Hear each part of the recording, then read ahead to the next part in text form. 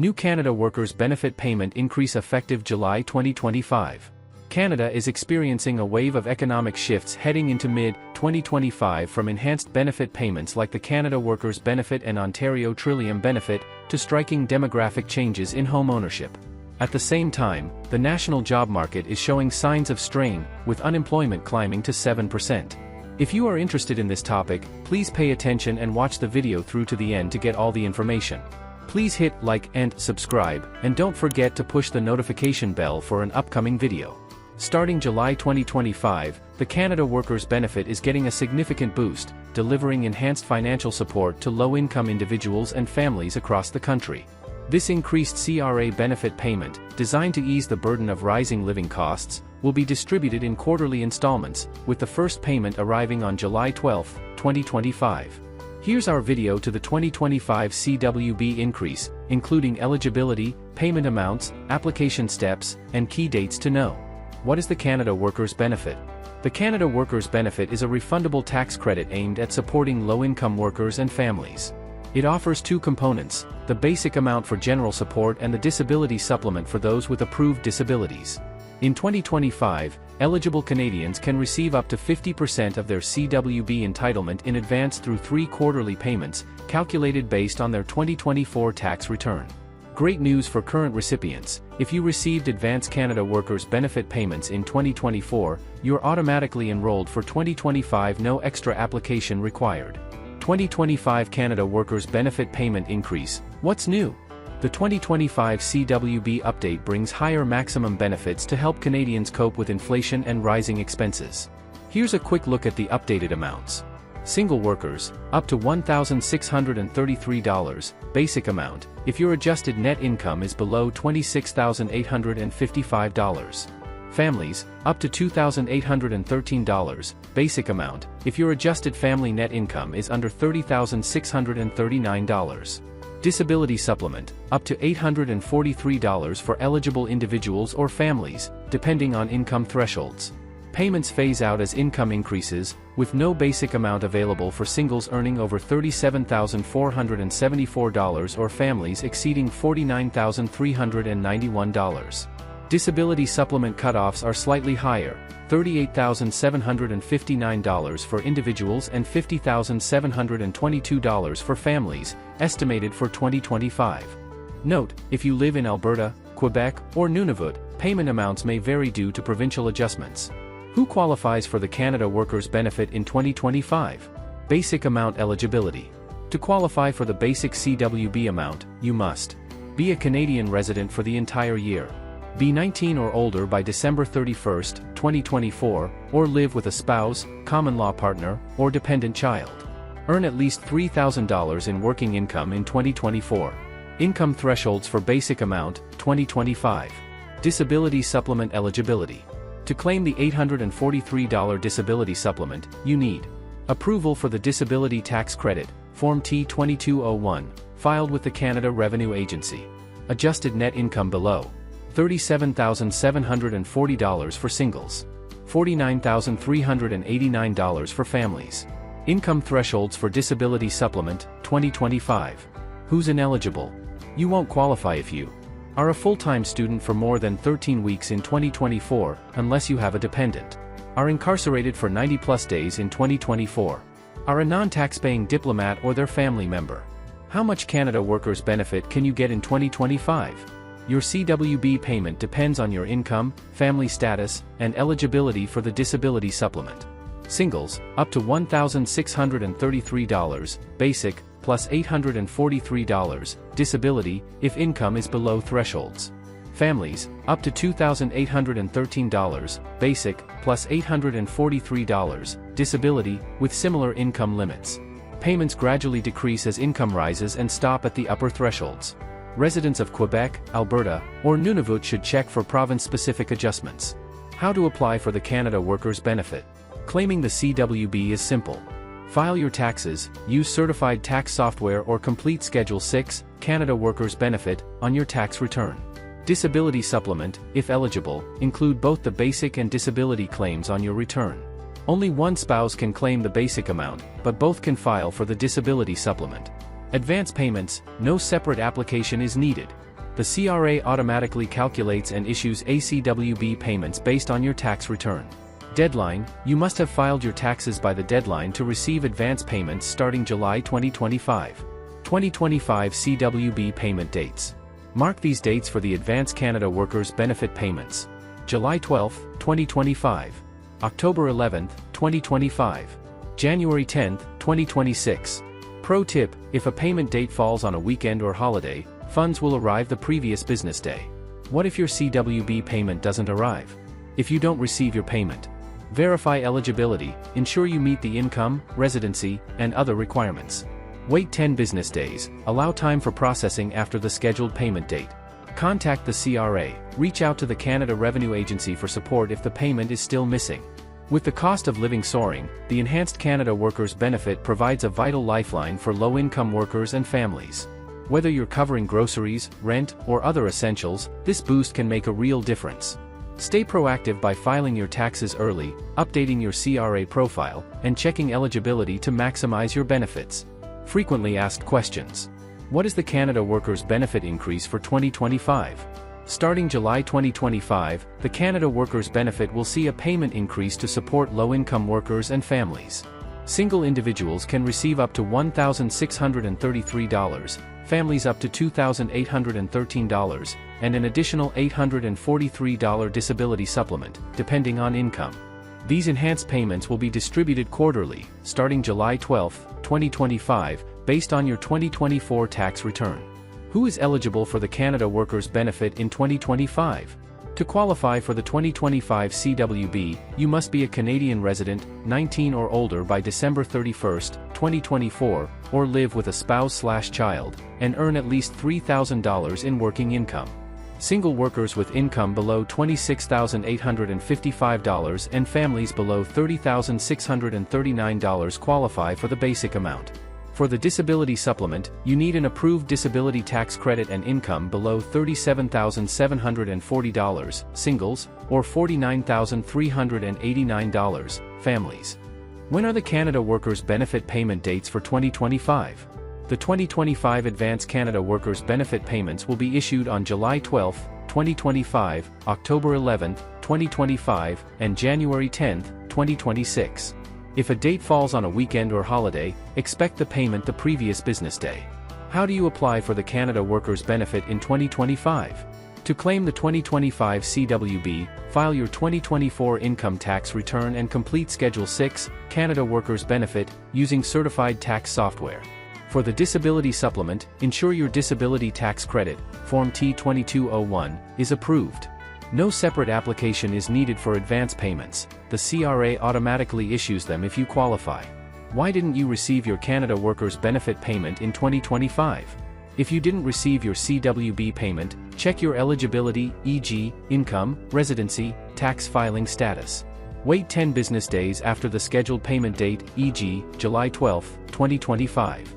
If it's still missing, contact the Canada Revenue Agency for assistance. Ensure your 2024 taxes were filed and your CRA profile is updated. New Ontario Trillium benefit payment to be sent on June 10th. Exciting news for Ontario residents. The next Ontario Trillium benefit payment is scheduled to hit bank accounts on June 10, 2025. This vital financial aid program supports thousands of low and moderate income households, helping them manage the rising costs of living, from property taxes to energy bills and sales taxes. In this video, we'll explore everything you need to know about the OTB, including who qualifies, how much you can expect, upcoming payment dates, and expert tips to maximize your benefits. What is the Ontario Trillium benefit? The Ontario Trillium benefit is a tax-free financial assistance program designed to ease the burden of everyday expenses for eligible Ontarians. Administered by the Canada Revenue Agency, the OTB combines three key tax credits. Ontario Energy and Property Tax Credit helps cover energy costs, rent, or property taxes. Northern Ontario Energy Credit supports residents in Northern Ontario with energy expenses. Ontario Sales Tax Credit provides relief for sales tax costs. This benefit is tailored to low and moderate income individuals and families, offering critical support to offset essential expenses. The amount you receive is calculated based on your previous year's income tax return, making it essential to file your taxes on time to access this benefit. Ontario Trillium Benefit Payment Schedule for 2025. Mark your calendars. Here are the confirmed OTB payment dates for 2025. June 10, 2025. July 10, 2025. August 8, 2025. September 10, 2025. October 10, 2025. November 10, 2025. December 10, 2025. If your total OTB entitlement is $360 or less, you likely received a one-time lump sum payment in July 2024, and if you are still eligible, you will get a one-time payment in July 2025. For those entitled to more than $360, the CRA distributes payments in 12 monthly installments. To avoid delays, ensure your address and banking details are up to date with the CRA. Who qualifies for the Ontario Trillium benefit? To be eligible for the 2025 Ontario Trillium benefit, you must meet these general requirements. Be a resident of Ontario as of December 31, 2024. Have filed your income tax return. Possess a valid social insurance number. Each component of the OTB has specific eligibility criteria. Ontario sales tax credit. Be 19 or older. Be married, in a common law relationship, or a parent living with your child. Ontario energy and property tax credit. Be an Ontario resident on December 31, 2024. Have paid rent, property taxes, or energy costs, e.g., on a reserve or in a long-term care facility. Northern Ontario energy credit. Reside in Northern Ontario, e.g., Sudbury, Thunder Bay, or other designated areas. Be 18 or older, married, or a parent. Have paid energy costs or property taxes. How much OTB payment can you receive? The OTB payment amount varies based on your income, household size, and location. Here are the maximum annual amounts for each credit in 2025. Northern Ontario Energy Credit. $180 for single individuals. $277 for families. Ontario Energy and Property Tax Credit. $1,248 for individuals aged 18 to 64. $1,421 for seniors aged 65 plus. $277 for residents of reserves or long-term care facilities. $25 for students in post-secondary residences. Ontario Sales Tax Credit.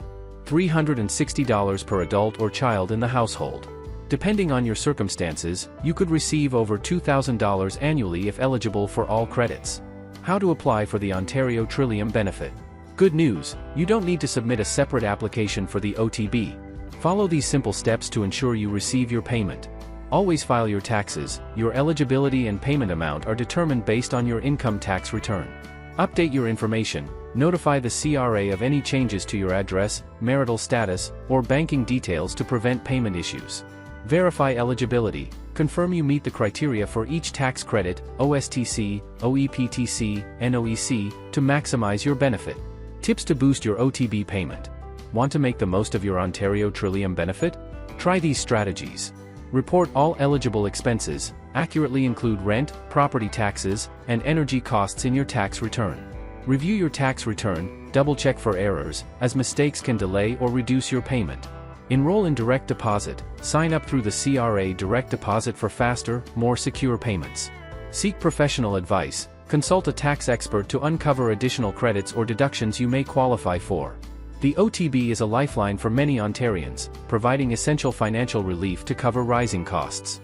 Whether you're paying rent, managing energy bills, or dealing with property taxes, this program helps low and moderate-income households stay afloat. By staying informed about CRA payment dates and filing your taxes accurately, you can ensure you receive every dollar you're entitled to. Frequently asked questions. What is the Ontario Trillium benefit? The OTB is a tax-free program that combines 3 credits to help Ontarians cover energy, property tax, and sales tax expenses. How often is the Ontario Trillium benefit paid? The OTB is paid monthly on the 10th, or the prior business day if the 10th is a weekend/holiday, for entitlements over $360, typically from July to June.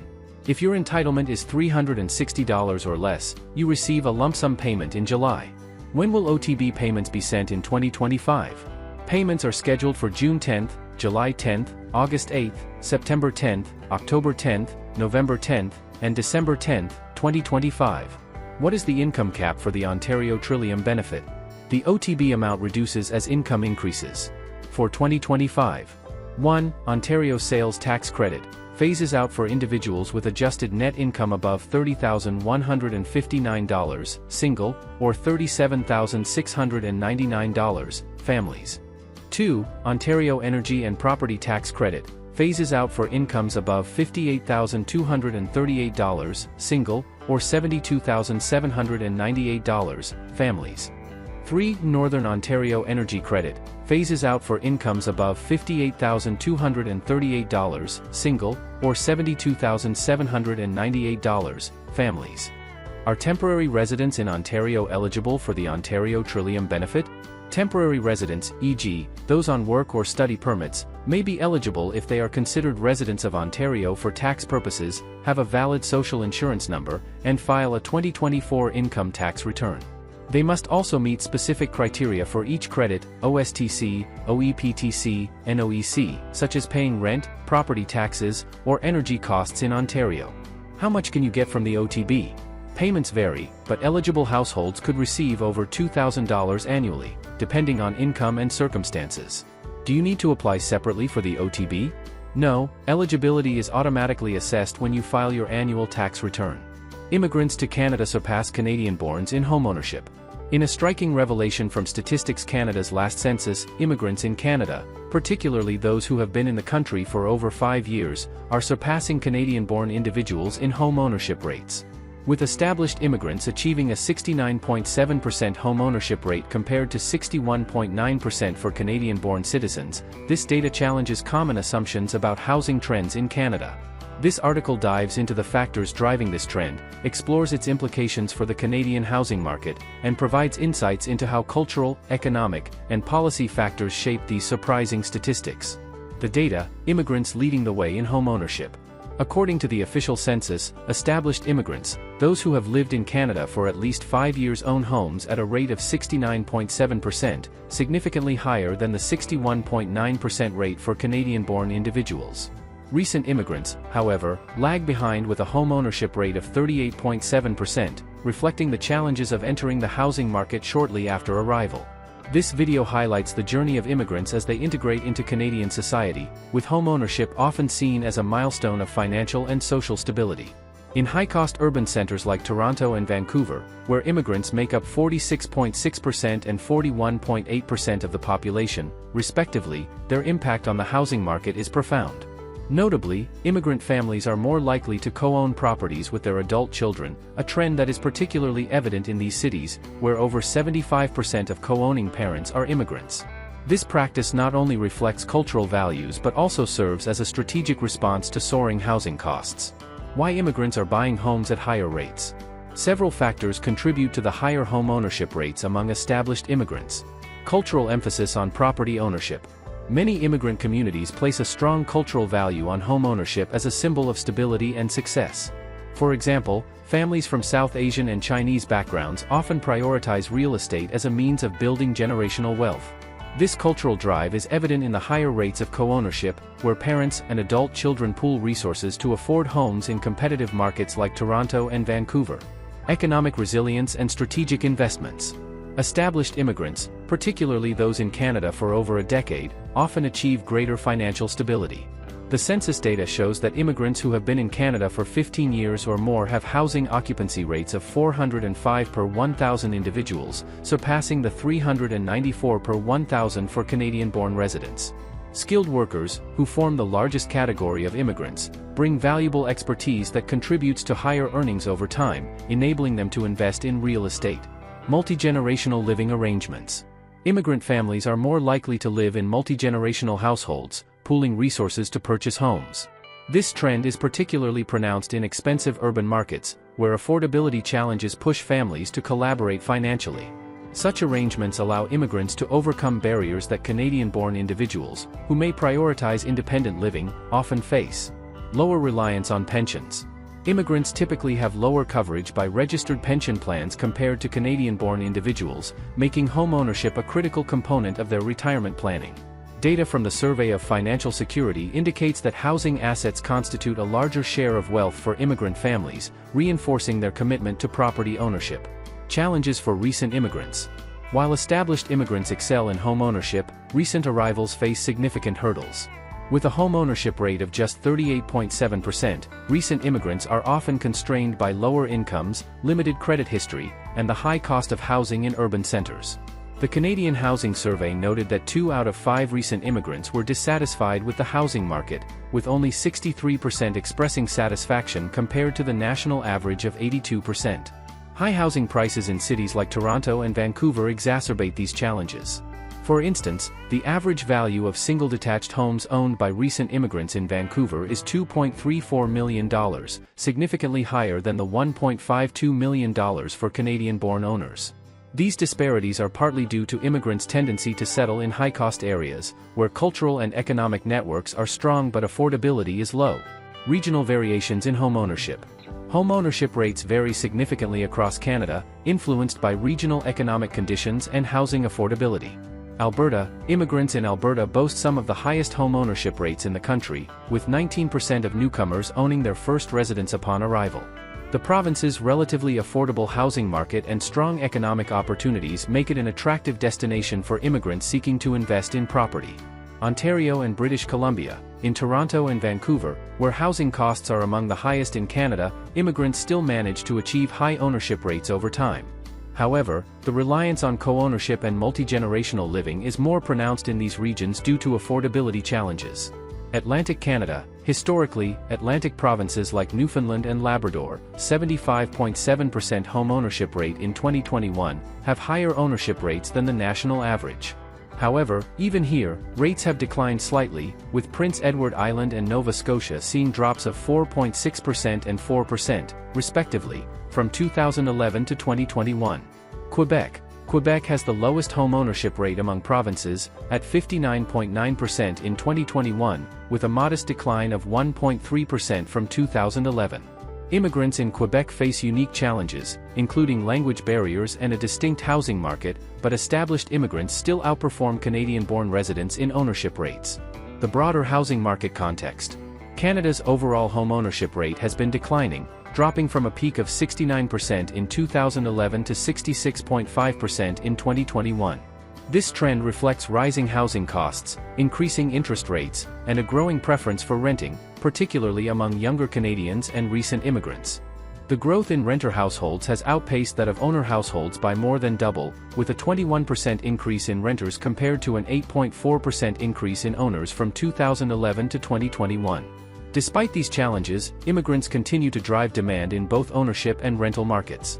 Non-permanent residents, such as temporary workers and asylum claimants, rent at 3 times the rate of Canadian-born individuals, highlighting their significant impact on the rental market. This dual influence underscores the need for targeted housing policies that address the diverse needs of Canada's population. Implications for policy and urban planning. The higher home ownership rates among established immigrants have significant implications for Canada's housing policies and urban planning strategies.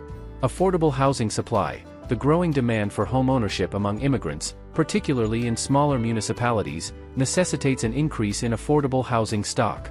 Policies that incentivize the construction of single-family homes and condominiums could help meet this demand. Support for recent immigrants. Recent immigrants face barriers to home ownership, including high housing costs and limited access to credit. Programs offering financial literacy, down payment assistance, or flexible mortgage options could help bridge this gap. Multi-generational housing solutions. The prevalence of multi-generational living among immigrant families calls for housing designs that accommodate larger households. Zoning reforms and incentives for multi-unit dwellings could support this trend.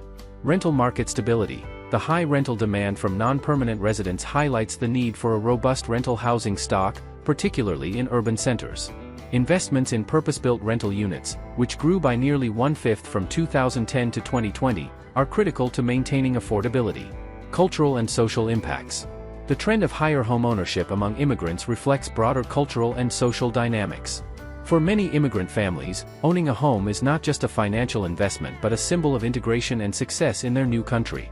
This aspiration aligns with Canada's historical emphasis on home ownership as a cornerstone of economic security, a narrative that has been reinforced since the post-World War II era. However, the growing disparity between homeowners and renters, exacerbated by rising housing costs, is creating social tensions.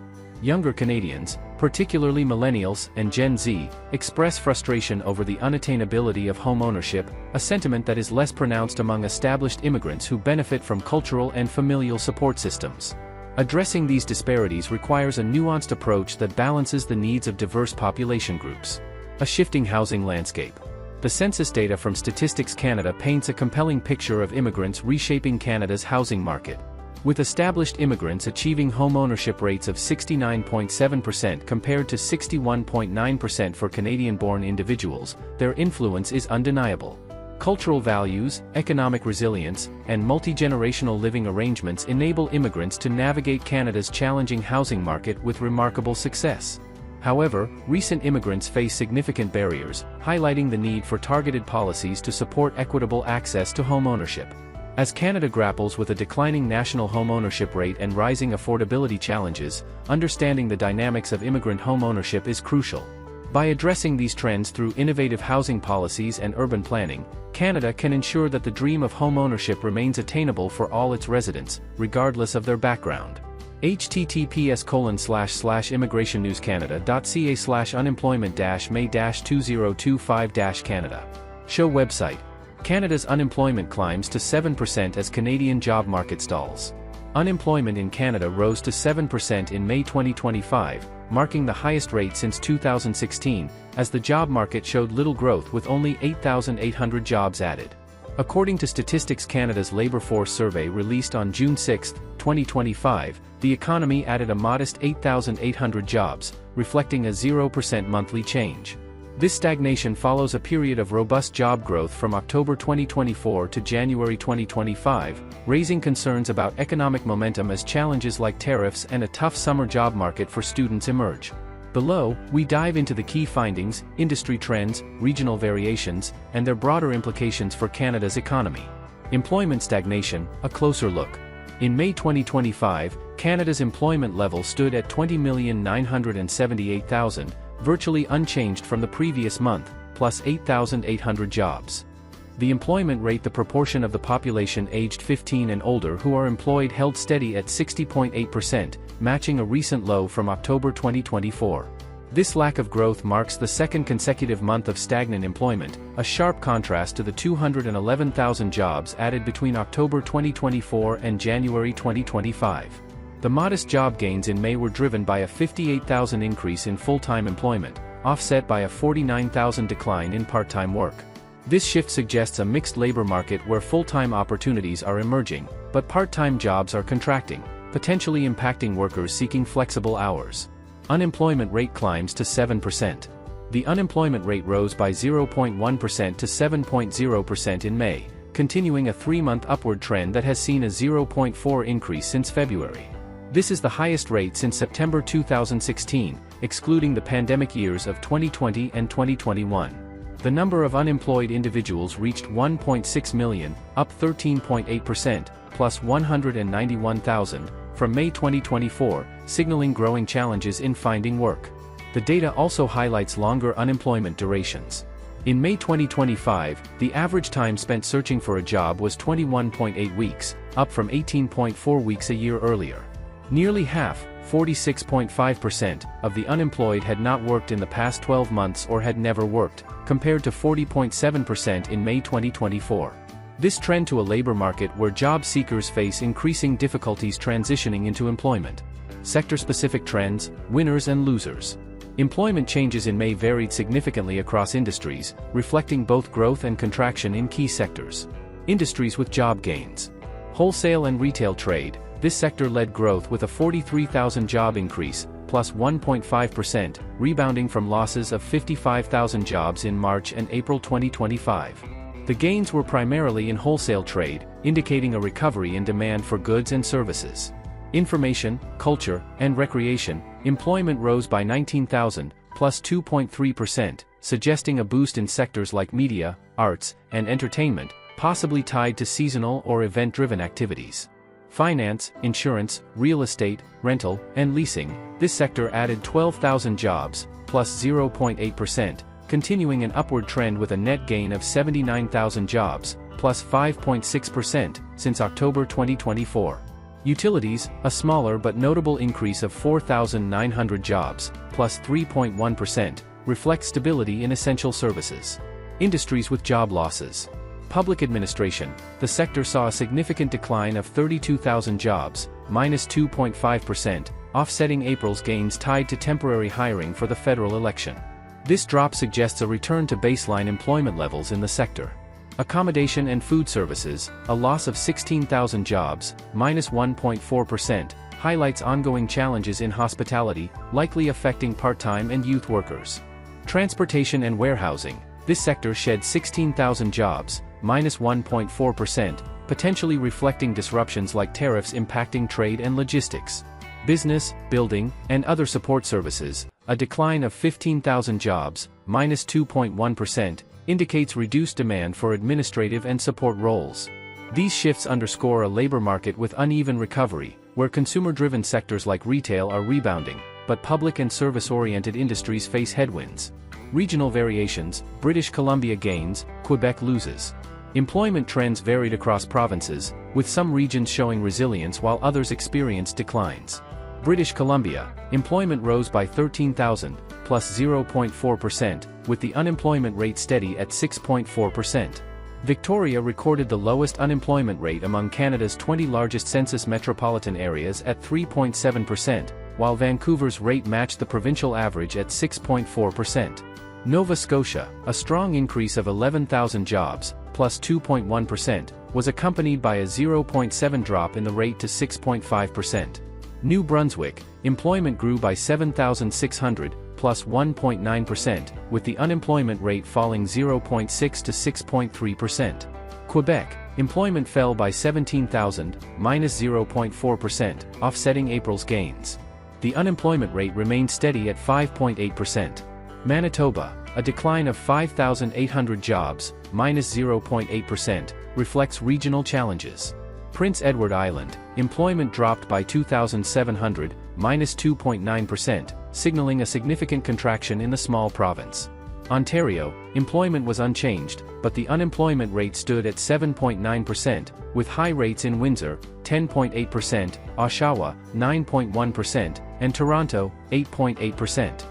These cities, part of southern Ontario's manufacturing corridor, face economic uncertainty due to tariffs on motor vehicle and parts exports. Demographic insights, mixed outcomes for core-aged workers. The Labor Force Survey provides detailed insights into employment trends by age and gender, revealing divergent outcomes. Core-aged workers, 25 to 54 years. Women, employment among core-aged women rose by 42,000, plus 0.6%, partially offsetting a 60,000 job decline in April. The employment rate increased by 0.5 to 80.1%, reflecting resilience in this group.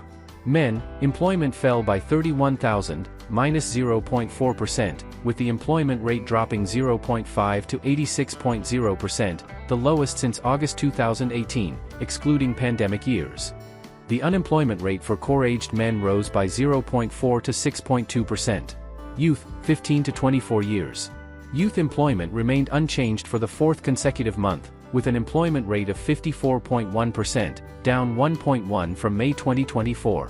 The unemployment rate for youth was 14.2%, highlighting persistent challenges in the job market. Older workers, 55+ years. Employment for those aged 55 and older was stable, with no significant changes month-over-month or year-over-year. Tough summer job market for students. May marks the start of the summer job season for students, a critical period for gaining work experience and income.